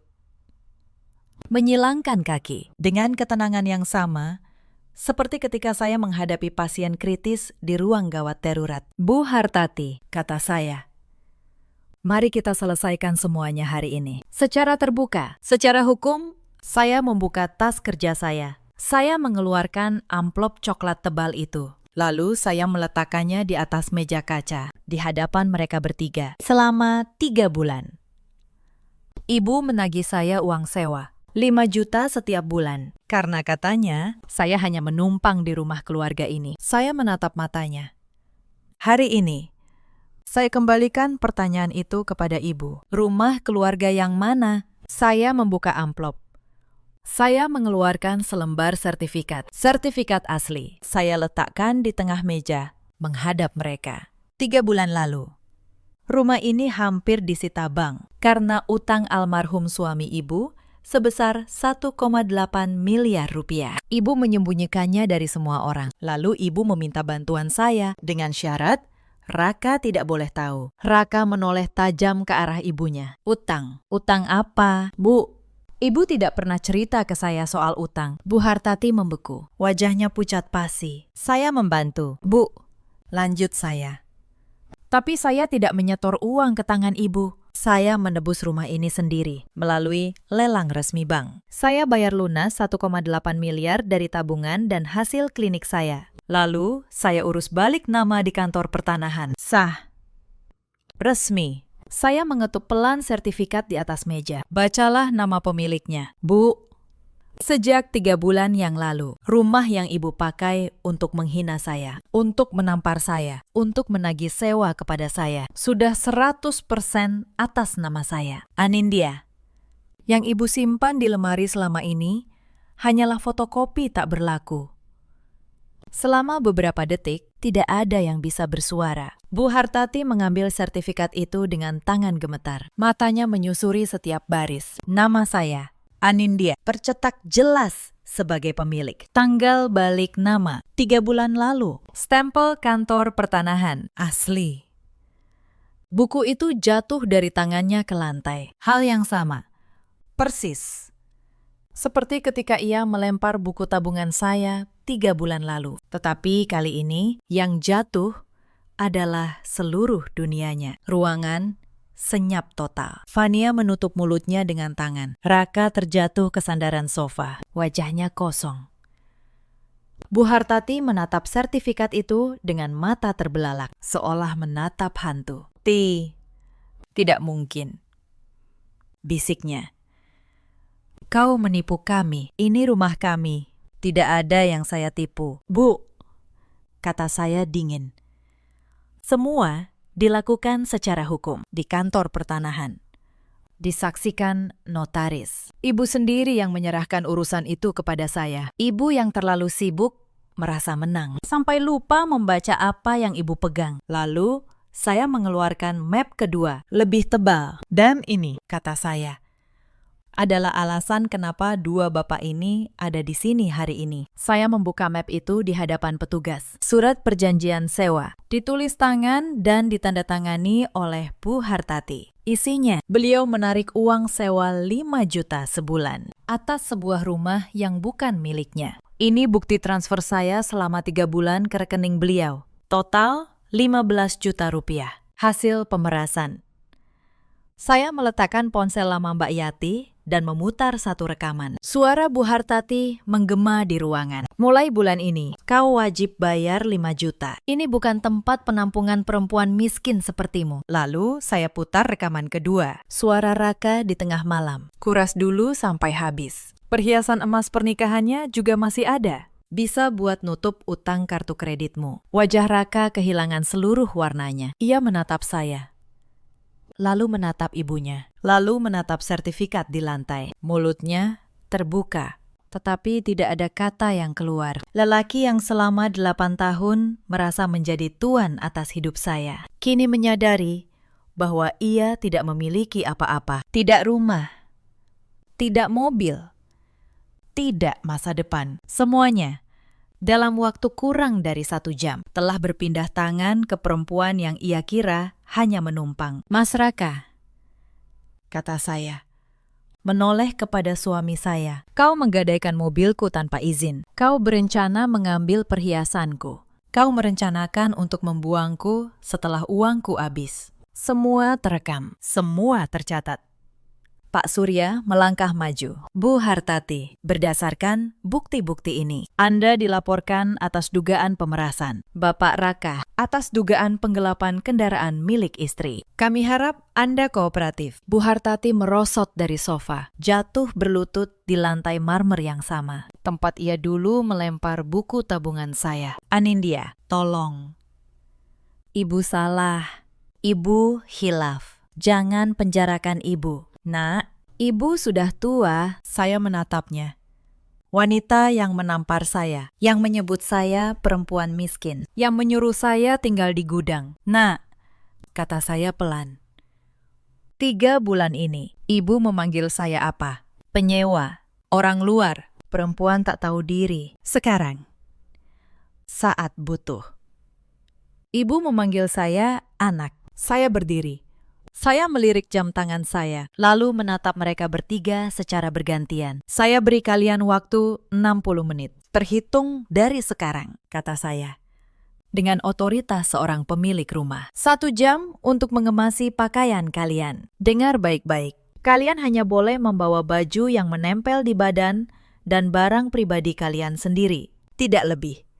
Seluruh perabot, seluruh barang elektronik, bahkan tas mewah, dan perhiasan yang ibu dan Fania beli dari uang yang kalian peras dari saya, akan saya data. Jika ada satu barang milik saya yang hilang, saya tidak akan ragu menambahkan pasal pencurian ke dalam laporan. Anindya, kami mau tinggal di mana? Rintih Fania. Air matanya berurai. Kami tidak punya uang sepeser pun. Saya menatapnya tenang. Mungkin di kamar sempit dekat dapur, persis seperti tempat yang kalian sediakan untuk saya 3 bulan yang lalu. Tidak ada lagi yang bisa mereka katakan. Rasa takut akan jeruji besi mengalahkan gengsi mereka. Bu Hartati, Raka, dan Fania merangkak bangkit. Lalu berlarian menaiki tangga. Dari atas, terdengar suara tangis, suara laci dibanting, suara koper diseret. 1 jam kemudian, pintu utama terbuka lebar. 3 sosok yang kemarin masih merasa menguasai dunia, kini berjalan terseok keluar dari pekarangan. Bu Hartati tidak lagi memakai kalung emasnya, sebab itu pun dibeli dari uang hasil pemerasan, dan kini menjadi barang sitaan. Fania hanya menjinjing 1 tas plastik. Raka memanggul ransel butut, menundukkan kepala dari tatapan para tetangga yang mulai berkumpul karena penasaran. Saya berdiri tegak di ambang pintu. Angin pagi berembus, menyapu bersih aroma busuk dari dalam rumah saya. Begitu langkah terakhir,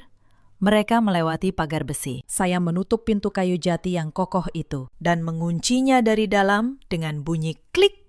yang sangat mantap. Pembalasan saya telah tuntas. Saya akhirnya merdeka. Rumah itu terasa asing dalam keheningannya yang baru. Untuk pertama kalinya dalam 8 tahun. Saya berjalan dari kamar ke kamar tanpa rasa takut. Saya membuka jendela lebar-lebar. Saya membiarkan udara segar masuk. Mengusir bau parfum mahal Bu Hartati yang selama ini memenuhi setiap sudut. Saya naik ke kamar utama. Kamar yang dulu mereka rampas dari saya. Dan saya duduk di tepi ranjang. Bukan untuk merayakan, hanya untuk bernapas. Telepon saya berdering. Pak Surya, dokter, prosesnya berjalan, katanya.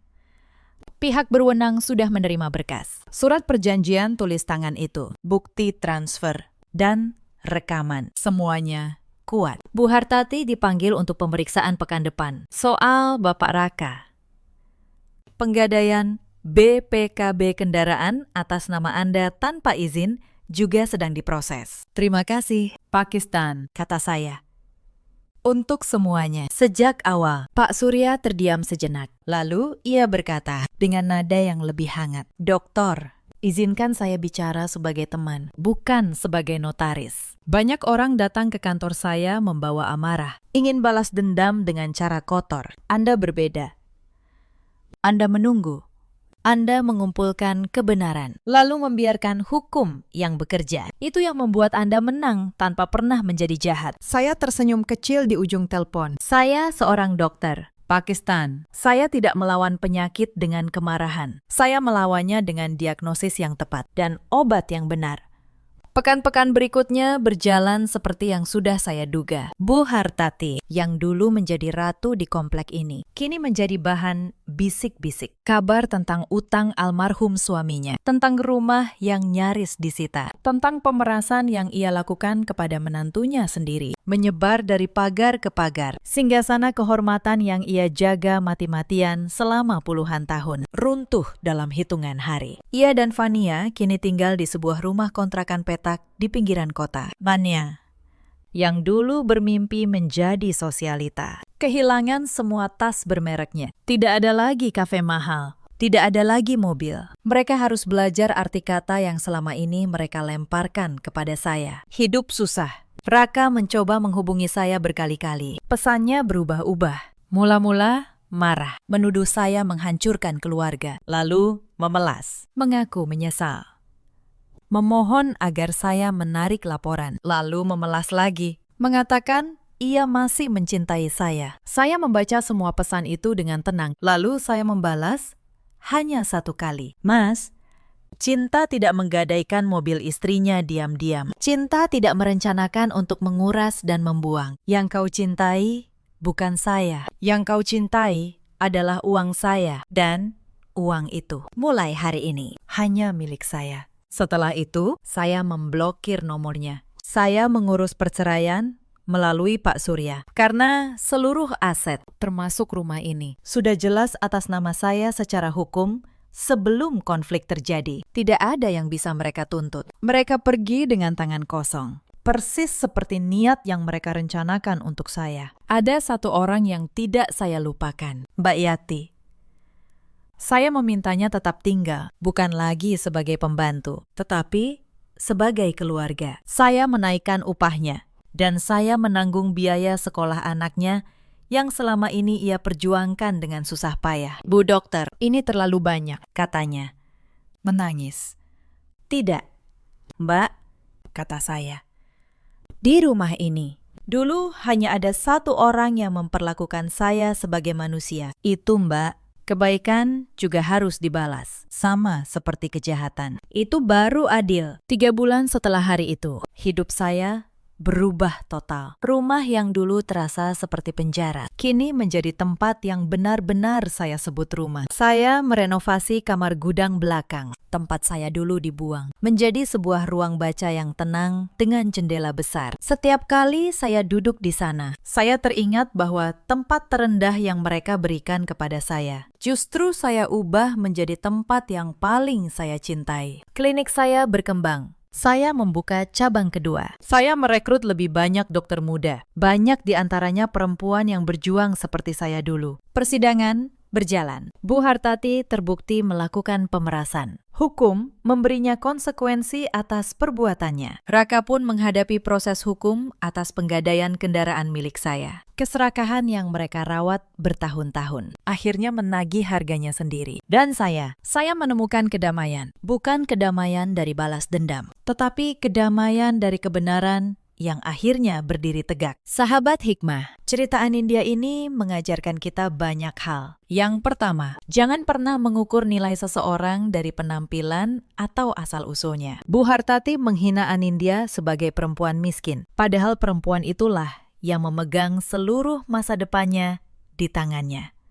Kesombongan membuat kita buta, dan kebutaan itu cepat atau lambat akan membawa kita pada jurang yang kita gali sendiri. Yang kedua, kesabaran bukanlah kelemahan. Banyak orang mengira diam berarti kalah, padahal ada jenis diam yang sedang menyusun strategi. Ada jenis senyum yang sedang menyimpan badai. Anindya tidak pernah berteriak. Ia tidak pernah membalas hinaan dengan hinaan. Ia membiarkan hukum dan kebenaran yang berbicara. Itulah kemenangan yang paling elegan dan yang paling tak terbantahkan. Di luar sana, ada banyak perempuan seperti Anindya. Perempuan yang bekerja keras, yang mandiri, tetapi tetap diperlakukan sebagai orang asing di dalam keluarga suaminya sendiri. Jika kalian salah satunya, ingatlah satu hal.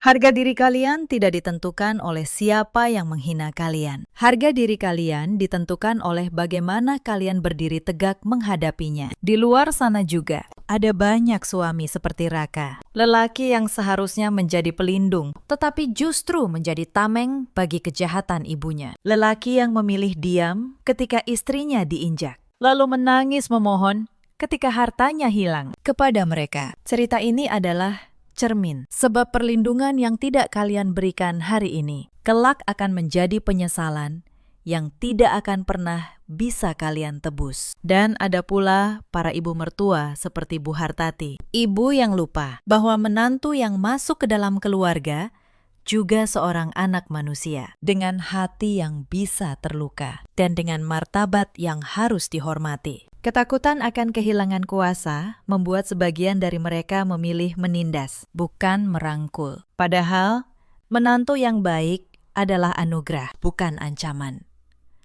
Dalam hidup, kita semua punya pilihan. Kita bisa memilih untuk membalas kejahatan dengan kejahatan, lalu kehilangan diri kita sendiri. Atau kita bisa memilih untuk tetap berpegang pada kebenaran, bersabar, dan membiarkan keadilan menemukan jalannya. Anindya memilih jalan yang kedua. Dan karena itulah ketika ia menutup pintu rumahnya, ia tidak hanya mengusir 3 orang yang jahat, ia juga menutup pintu pada semua luka di masa lalunya. Bagaimana menurut kalian? Sahabat hikmah, apakah yang dilakukan Anindya sudah tepat? Ataukah kalian akan memilih jalan yang berbeda? Ceritakan pendapat dan pengalaman kalian di kolom komentar. Saya selalu membaca setiap cerita yang kalian bagikan. Jika kisah ini menyentuh hati kalian, dan jika kalian percaya bahwa kesabaran serta kebenaran selalu menemukan jalannya, jangan lupa untuk menekan tombol suka dan bagikan video ini kepada orang-orang yang kalian sayangi. Dukungan kalian adalah alasan kami terus menghadirkan kisah-kisah penuh hikmah seperti ini. Namun,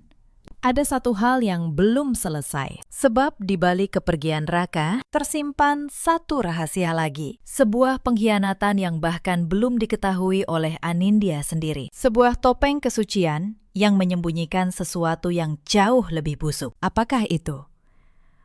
Kita akan menyaksikannya di kisah selanjutnya. Aktifkan tombol notifikasi agar kalian tidak ketinggalan. Terima kasih sudah menemani sampai akhir. Sampai jumpa!